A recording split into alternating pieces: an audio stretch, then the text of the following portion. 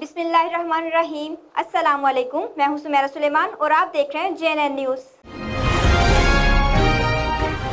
फैसलाबाद में दरिंदगी का अनोखा वाक़या। शीमेल के रूप में छुपे दरिंदे ने अपने मुलाजिम को हवस का शिकार बना लिया। मज़ीद तफसीलात जानते हैं मियां दिलशाद अहमद से। हिजड़ों का रूप धार कर शीमेल कहलवाने वाले दरिंदों के हाथों जिनसी दरिंदगी और दीगर जराइम की वारदातों के सिलसिले में इजाफा होता जा रहा है।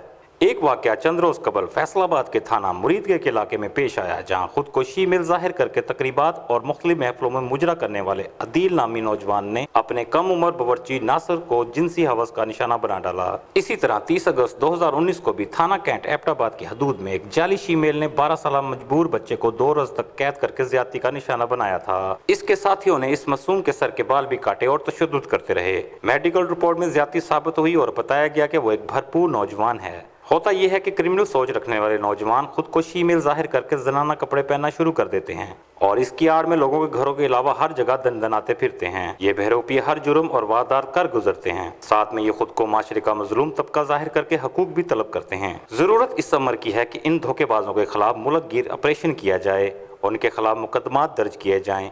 इस तरह कुदरती तौर पर पैदा होने वाले शीमेल्स को उनके हकूक मिलेंगे और ये जराइम पेशा अफराद भी अपने अंजाम को पहुँचेंगे।